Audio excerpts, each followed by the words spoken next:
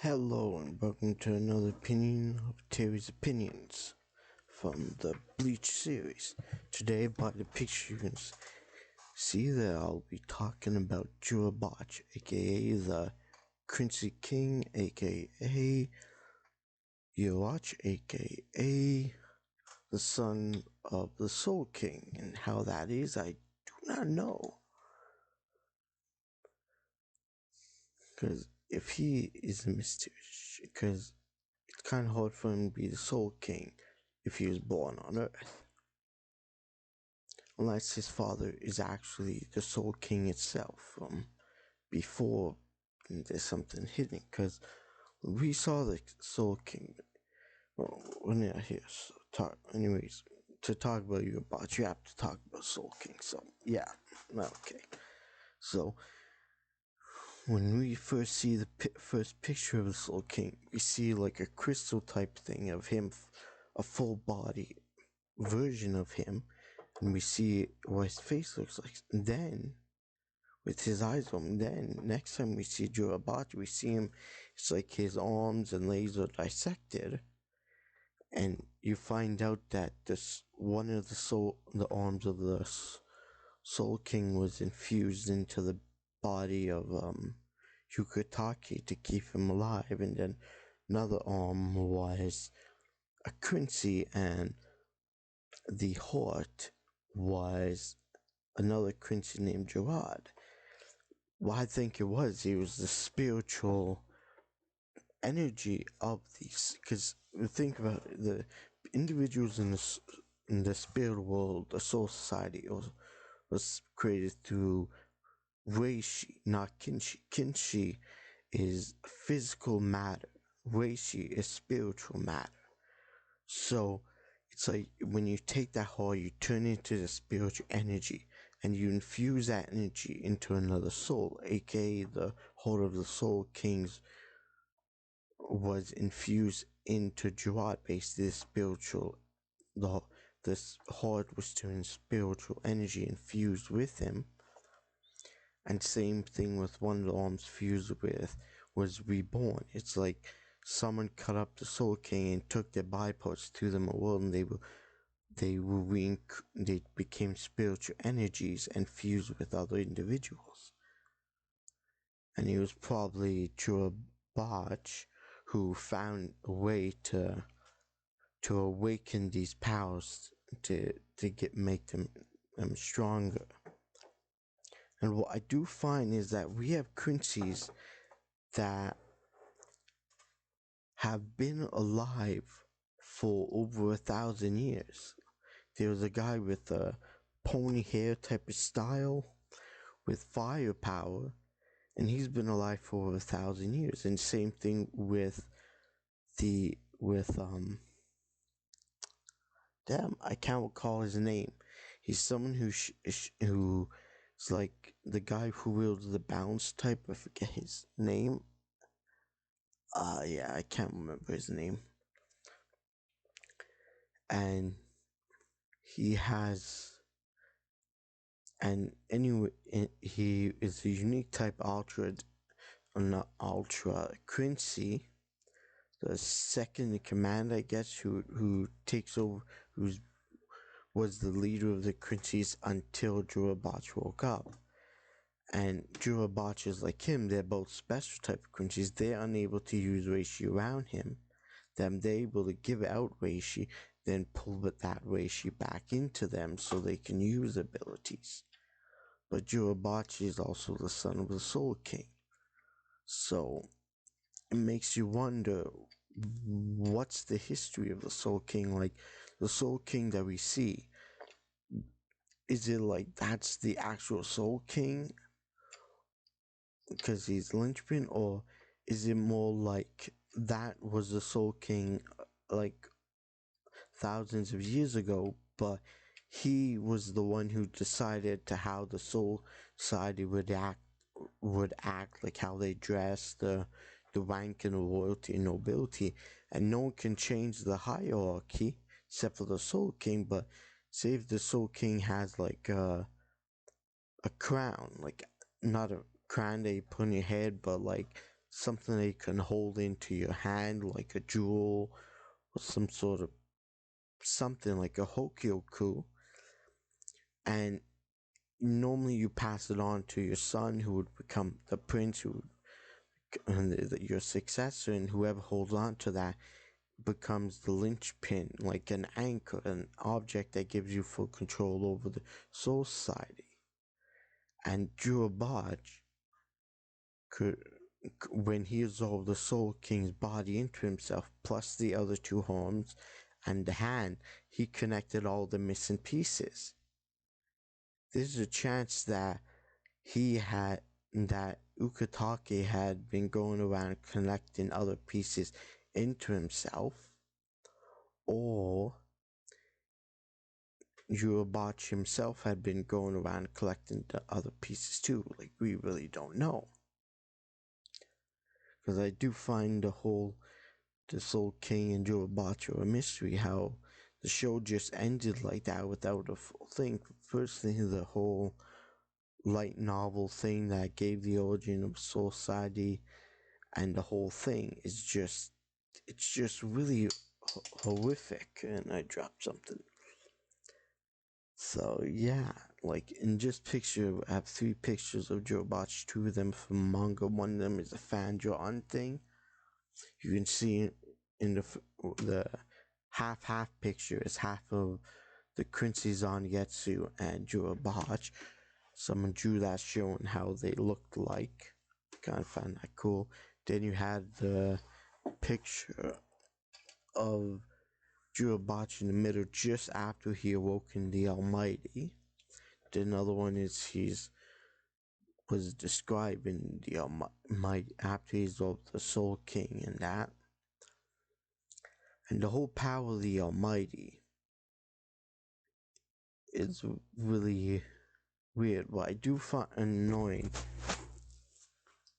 is that they showed that Udio was immune to his powers of assault, and they never really dived on that, because Quincy's have been around for lot longer than Jurabach. Jurabach was born 1,200 years ago. He created an entire light empire, but was that light empire in Japan, or was it in another country, or was it in the spirit world? Because we never really got to see the whole area of the spirit world. It's still a mystery to us viewers. The only thing we know about the spirit world is that it is over, because we only have a certain amount of area. So it's like very curious, because the Soul Reapers are the ones who monitor the souls, but is that for the whole entire planet, or is that just for Japan itself? Because 13 divisions and the squads are meant to watch over the entire planet? That just seems far-fetched. Because if people who die become Soul Reapers, then where are the people from the other countries? Doesn't make sense. Because the spirit world is probably way more bigger than Earth. And that, so I'm pretty sure that there are other Reapers from, like, the Gote 13 are probably meant to monitor to slay hollows and monitor souls within Japan, maybe just off the coast of Japan, but not in other countries. It just doesn't make sense. It just doesn't make sense at all. So, yeah, so Jurabach, I find his almighty ability kind of cool, but confusing as hell, because we've seen him describe is that he can choose what future that he wants, and he can alter the future. Like, he broke Ichigo's Bankai when he saw how Ichigo's powerful Bankai was. So what he does, he's, from my understanding, it allows you to see the future. Now, if he sees the future, if he simply breaks Ichigo's Bankai normally, Orihime would have been able to fix his Bankai in the snap of a finger. Just like that, he would use his powers and they would snap back together. So what I think Almighty allows him to do is not only can he see the possible futures, but he can also freeze time. Like he might be able to move around within that second, but he doesn't want to let people know his true ability, because people tend to lie when they use their true powers.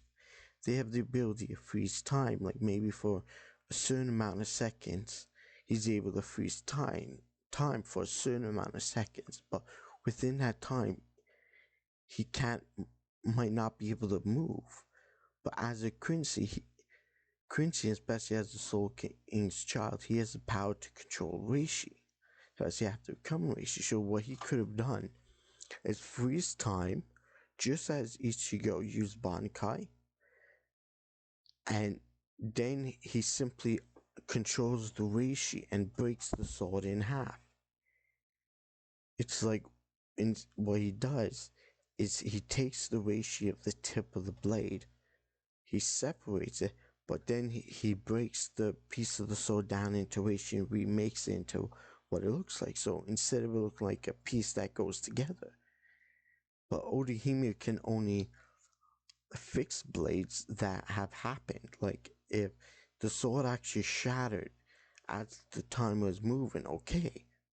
But feels like broken during when time was frozen. She can't fix it, because she can't fix something like that. In our perspective, the sword was fully dead, and then it was gone. It's like that front part of the blade went from the sword to his hand, just like that, because he froze time. And because of Quincy, he's able to control Reishi. Every time Ichigo steps somewhere, he probably froze time for a split second, just as he put his foot down. Then he used his power to control Reishi and cause the ground underneath where his feet went, and cause a blade to form right through his foot. So I'm pretty sure how he's able to control Reishi with Almighty's he already had the power to control Reishi and alter the shape, and that he could turn a piece of stone on the sword and turn it into a sword. He can do that. He could just form swords out of nowhere. And we seen him do that, where he suddenly drew out a sword and it was there. Quincy's can do that because they can control the Reishi. Spiritual matter, they can change spiritual matter, either have a glowing sword or a physical sword. They can do that, especially as the emperor, the king of the Quincy's. He probably had and he knew how to do that. So with the Almighty, he probably was able to see the future and see what the best course action to take, and then pause time. That's what he probably did.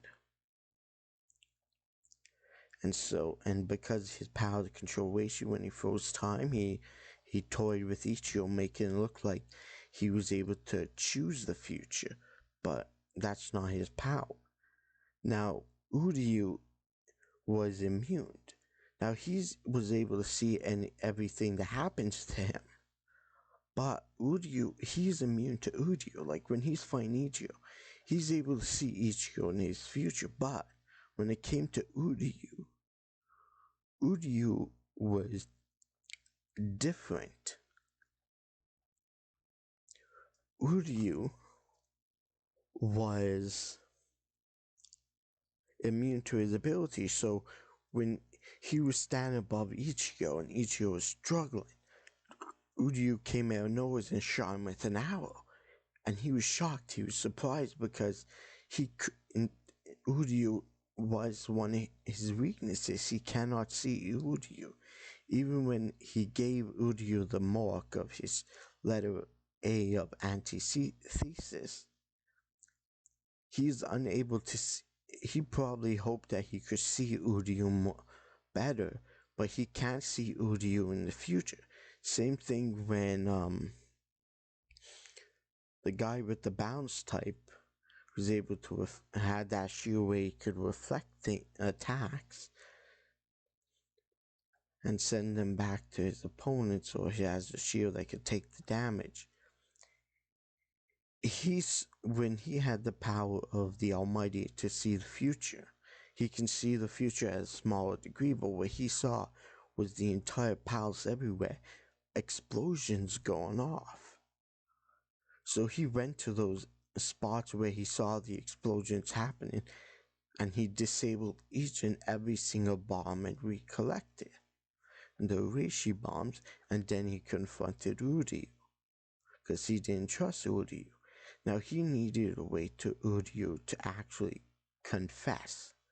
Uryu actually had to confess on what he did, otherwise it wouldn't have worked.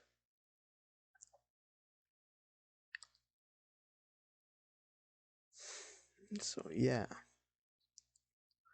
it wouldn't have. Uryu was immune to the power of Almighty. Like, he couldn't see him nor Jurabach. The power of Almighty was Jurabach. He was only a temporary holder. So he was still bound by the restrictions of Jurabach. And Jurabach, one of his weaknesses, if I had to say, within the Quincy, it's like Quincy is almost like a priestess or a priestess, exorcism, people who can use spiritual powers. Even though he's the son of the Soul King, he's also a Quincy from a Quincy lineage, a spiritual lineage. Now, chances are Uryu was the same rank as him within, like, say a fighter, a warrior, a healer, like shamans. Best way I can think of it. And they both stood on the same rank, or Uryu may not be at his level of power, but he has the potential to achieve that, because they were both destined with that type of rank level in that area of being like a king, like having a king quality. Uryu was immune to his ability, so he had to lie. Like, he had to lie about everything. He was careful around Uryu, but he completely forgot about Uryu, and Uryu showed up out of nowhere. He wasn't trying to keep an eye on Uryu, and that was his downfall. Because we never saw what happened afterwards. We do know that once the Soul King died, the entire Soul Society started to quake. And spiritually aware people who are on Earth, for them, the Earth was shaken, but at the same time, there was no earthquake, because ordinary people would see that, things would be falling over, but nothing was falling over. Like Karen, Ichigo's sister, she's like, what the hell is that? And she could feel shaking, but what she was feeling shaking wasn't Earth, but was the spiritual, the dimension of the spirit world about to crack and break, because the king was dead. Then Jurabach resolved the king, and what became the anchor. So what happened afterwards? He was killed.